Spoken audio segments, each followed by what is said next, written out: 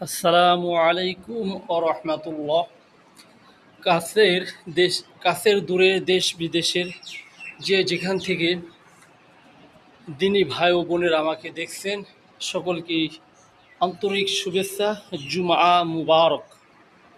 আজকে শুক্রবার। আপনারা সকলে জানেন যে পবিত্র জুম্মার দিন মসজিদে আগে আসার কি ফজিলত আমরা সকলেই জানি। আর এই কারণে আমি আজকে অনেক আগে মসজিদে চলে এসেছি, কাজকাম সংক্ষিপ্তভাবে করে।